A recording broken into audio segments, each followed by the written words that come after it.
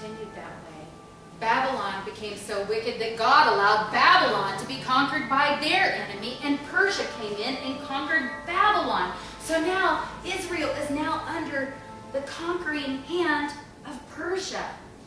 And in the land of Persia, there was one man that was so petrified and mortified by the Israelite nation that he had actually talked the king into creating an edict to destroy them all. But God has a promise, and he will fulfill his promise. And he has a plan. And he said, Abraham, I will make your descendants like the stars in the universe. And he was raising up a Jewish young maiden, and she became the queen of Persia.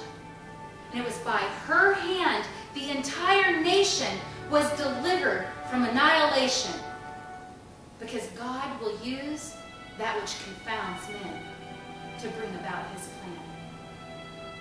About 35 years after Esther, there was a cupbearer to the king named Nehemiah. He had received a letter from home at the destruction and the wear and tear that has happened upon his people, and that the city walls were in destruction, and it grieved him so. And as he went to go serve the king, his countenance was so sad that the king said, Why are you downcast? He said, I received a letter from home, and my people need help, and my city needs to be rebuilt.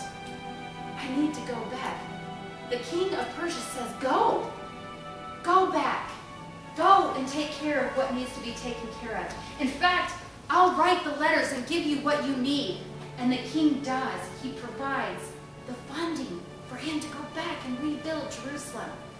He goes home, and he realizes as they begin to build that there are enemies that do not want them to rebuild. Sanballat and Tobias did not want them to get finished with the wall. They were doing everything to destroy them.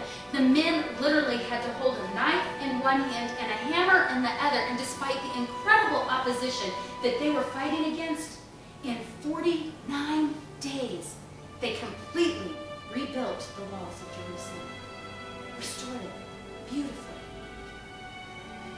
But then, a strange thing began to happen upon the nation of Israel. For a couple of hundred years, they were allowed to continue their worship. But after about 200 years, they weren't allowed to worship anymore. The people in control wouldn't allow it.